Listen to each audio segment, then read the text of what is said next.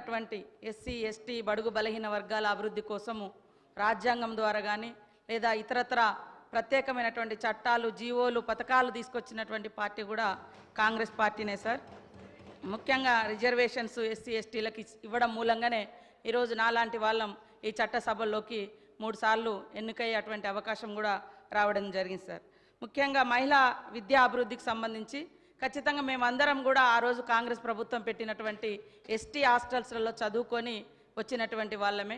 ST హాస్టల్స్తో పాటు ముఖ్యంగా tribal ఏరియాలలో ఐటీడీఎల్ తీసుకురావడం మూలంగా మరి విద్యా అభివృద్ధి జరిగింది. అదే కాకుండా ఐటీడీఎల ద్వారా చాలామంది లోకల్ పిల్లలకు కూడా మరి పెద్దలు గౌరవనీయులు స్వర్గీయ భీమరావు గారు మంత్రిగా ఉన్న టైంలో కూడా మరి చిన్న అంటే 7th 10th ఇంటర్ చదివినటువంటి వాళ్ళకు కూడా ఉద్యోగ అవకాశాలు కల్పించారు సార్.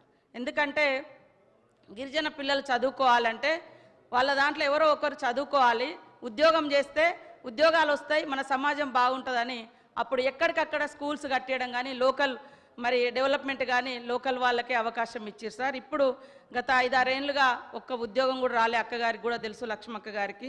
అదేవిధంగా మరి ఇంకా కేసీఆర్ కిట్ విషయంలో సార్ వాస్తవానికి మొన్న సీఎం గారు కూడా చెప్పడం జరిగింది, దాంట్లో కొన్ని మరి అవకతవకలు జరిగినాయని. కాబట్టి మంచి ఏదున్నా తప్పకుండా ప్రజలకు ఉపయోగపడేది తీసుకుంటామని తెలియజేస్తూ ఉన్నాం సార్. ఇచ్చిన ప్రతి వాగ్దానాన్ని కూడా ఒకటొక్కటి చేస్తాం, నిలబెట్టుకుంటాం. ఉన్నటువంటి ఆర్థిక వ్యవస్థ వీటన్నిటి ఇప్పుడు ఈరోజు ప్రయారిటీగా రైతు రుణమాఫీకే 31,000 కోట్లను పెట్టడం జరుగుతుంది. అదే వీలైనంత వరకు తొందరగా మహిళలను మరి 1 కోటి మంది మహిళలను కోటీశ్వరులుగా చేయడమే మరి కాంగ్రెస్ ప్రభుత్వం సీఎం రేవంత్ రెడ్డి గారి సర్కారు యొక్క లక్ష్యంగా పెట్టుకున్నాం సార్. దానిలో భాగంగానే వడ్డీ లేని రుణాలు ఇస్తూ ఉన్నాం సార్. అదేవిధంగా మహిళలకు మరి 10 లక్షల వరకు జీవిత బీమా, రుణ బీమా కూడా ఏమైనా డబ్బులు తీసుకొని చనిపోతే వాటిని కూడా 2 లక్షల వరకు మాఫీ చేసేటువంటి పథకాన్ని కూడా తీసుకొచ్చినాం సార్. ఇప్పటికే మహిళలకు మరి అమ్మ ఆదర్శ పాఠశాలలు కానీ మరి 17 రకాల వ్యాపారాలు వాళ్ళకిచ్చి వాటిని రాష్ట్రం అంతా కూడా ఏర్పాటు చేసుకునే విధంగా 17 రకాల వ్యాపారాలను కూడా గుర్తించడం జరిగింది సార్. బట్టలు యూనిఫామ్స్ కూడా మహిళలకే ఇచ్చడం సార్. అంతకుముందు 50 రూపాయలు ఉండే జత ఇప్పుడు 75 రూపాయలు కూడా పెంచడం జరిగింది సార్.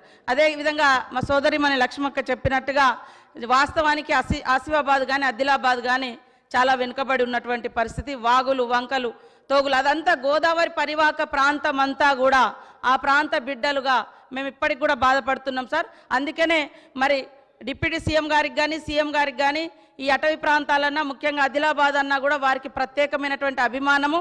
అందుకనే మరి ఎస్సీ ఎస్టీ స్పెషల్ డెవలప్మెంట్ ఫండ్లో కూడా ఎస్సీలకు 33,000 కోట్లు, ఎస్టీలకు 17,000 కోట్ల రూపాయలను కూడా కేటాయించడం జరిగింది సార్. అదేవిధంగా ఆసిఫాబాద్ జిల్లా అభివృద్ధికి మేమందరం కూడా కట్టుబడి ఉంటామని తెలియజేస్తూ ఉన్నాం. ఇంకొకటి అక్క చెప్పినట్టుగా ఈ జాతరలకు ట్రైబల్ జాతరలకు పోయినసారి దండారి జరిగినప్పుడంతా మరి ఎలక్షన్స్ ఉన్నాయి, అప్పుడు మీ గవర్నమెంటే ఉందక్క, అప్పుడు ఇవ్వలేదు. కానీ మొన్న సీఎం గారు కేశలాపురం జాతర వచ్చిండు, సమ్మక్క సారలమ్మ జాతర వచ్చిర్రు, బట్టి మా డిప్యూటీ సీఎం గారు కూడా వచ్చిర్రు. ఖచ్చితంగా వివిధ జాతులు కులాలు వారి వారి ఆచార సాంప్రదాయాలను గౌరవించడం మా యొక్క ఉద్దేశం. తప్పకుండా వాటిని కూడా ఇస్తామని తెలియజేస్తూ ఉన్నాం సార్. అదేవిధంగా అంగన్వాడీలకు సంబంధించి అక్క ఈరోజు బాగా మాట్లాడారు. మొన్నటిదాకా వాళ్ళదే గవర్నమెంటు, వాళ్ళు ఒక జీవో తీసుకొచ్చారు సార్. అంగన్వాడీ టీచర్లు రిటైర్డ్ అయితే 1 lakh, ఆయా రిటైర్డ్ అయితే 50,000. కానీ మేము వచ్చిన వెంటనే ఇప్పుడు ఆల్రెడీ నా దగ్గర నుంచి మా ఫైనాన్స్ మినిస్టర్ దగ్గర ఉంది సార్ 2 లక్షలు. ఎందుకంటే వాళ్ళు 62 సంవత్సరాలు 60 సంవత్సరాలు పనిచేసి రిటైర్డ్ అవుతున్నారు కాబట్టి మరి వాళ్ళ కోసం 2 లక్షలు టీచర్కు 1,00,000 రూపాయలు ఆయాకిస్తూ రిటైర్మెంట్ ఇవ్వాలని మరి జీవో కూడా తేబోతున్నాం సార్. అదేవిధంగా ఆశలకు కానీ అంగన్వాడీ టీచర్లకు కానీ ఇచ్చినటువంటి ప్రతి మాటను నిలబెట్టుకుంటామని తెలియజేస్తూ ఉన్నాం. దీపధూప నైవేద్యం కానీ మరి మైనార్టీ సోదరులకు ఇచ్చే ఇజాం ఇంకా మౌజాం అవి కూడా మన గవర్నమెంట్ వచ్చిన కాంచి క్రమం తప్పకుండా ఇస్తూ ఉన్నాం సార్.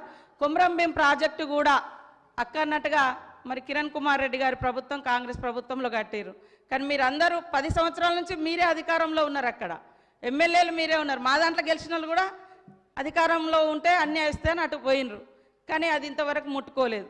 కాబట్టి ప్రత్యేక దృష్టి పెడతామని కూడా మా డిప్యూటీ సీఎం గారు మొన్న చెప్పడం జరిగింది సార్. బడ్జెట్లో తప్పకుండా పార్టీలకు అతీతంగా చేస్తాం సార్. నేను ఒక ఆదివాసీ బిడ్డగా నేను 5 సంవత్సరాలు ఎమ్మెల్యేగా ఉన్నా సార్. లాస్ట్ ఇయర్ నాకు ఒక్క రూపాయి కూడా సిడిఎఫ్ ఇవ్వలేదు సార్. మస్తు బాధ అనిపించింది. కోర్టులో కూడా నేను వేసిన సార్, కోర్టు మెట్లు ఎక్కిన సార్. కాబట్టి నేను అట్లా అనట్లేదు, కానీ నాకు బాధ అనిపించింది. కానీ ఎప్పుడు నేను అసెంబ్లీలో మిమ్మల్ని దూషించలేదు, ద్వేషించలేదు. జస్ట్ ఏ సబ్జెక్ట్ ఉంటే అదే మాట్లాడినా. ఈరోజు కూడా సార్ నా తండ్రికి సంబంధించి పదే పదే ఆ రోజు మా ఇంటికి పోయి ఇచ్చారు సార్. ఎకరం 17 గుంటలు. ఆయన ఎప్పుడో నేను చిన్నగా ఉన్నప్పుడు కూడా కమ్యూనిస్టుల నాయకత్వంలో పోరాడి పోడు భూముల కోసం పోరాటం చేసి జైలు కూడా పోయొచ్చింది సార్ ఒకప్పుడు. ఆ పోరాటాలన్నీ చూసి సోనియా గాంధీ గారు చట్టం తీసుకొచ్చింది. ఆ చట్టం వచ్చిన తర్వాత కొన్నాళ్ళ తర్వాత ఒక ఎకరం 17 గుంటలు ఎవరైనా ఎక్కువ తీసుకుంటే ఖచ్చితంగా చట్టానికి అతీతంగా ఎవరున్నా దాన్ని శిక్షించాల్సి.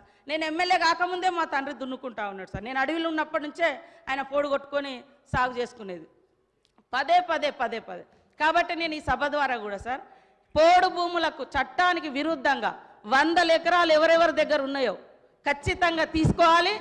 ఇప్పుడు ఫారెస్ట్లో పోయినటువంటి భూములు చాలామంది భూములు కోల్పోయిన గత 10 ఏళ్లలో మొక్కలు నాటిరు, ఎకరం కూడా లేకుండా. అలాంటి వాళ్ళకు పంచడానికి మేము సిద్ధంగా ఉన్నాం సార్. కాబట్టి అట్లాంటి విచారణ కూడా జరిపితే బాగుంటుందని కోరుతా ఉన్నా సార్. లక్ష్మక్క గారు చెప్పినవన్నీ ఖచ్చితంగా వెనుకబడ్డ ప్రాంతాల అభివృద్ధికి కాంగ్రెస్ ప్రభుత్వం కట్టుబడి ఉంటుంది. నేను కూడా ఎప్పుడు కూడా వాళ్ళను ప్రతిపక్షం అనే విధంగా చూడలేదు సార్. మన సీసీ రోడ్లు వచ్చినా ఏ వచ్చినా వాళ్లకు మరి మాకు అన్నట్టుగా ఎవరిది వాళ్ళకి ఇచ్చినా. కానీ నేనైతే 5 ఏళ్ళు ఒక్క రూపాయి కూడా సిడిఎఫ్ ఇవ్వలేదు సార్. నాకు అది బాధ అనిపించింది. శ్రీ వెంకటరమణారెడ్డి గారు,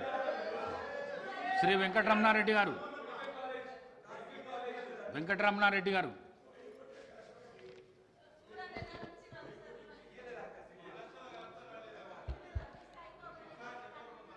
అధ్యక్ష నమస్కారం. ఈరోజు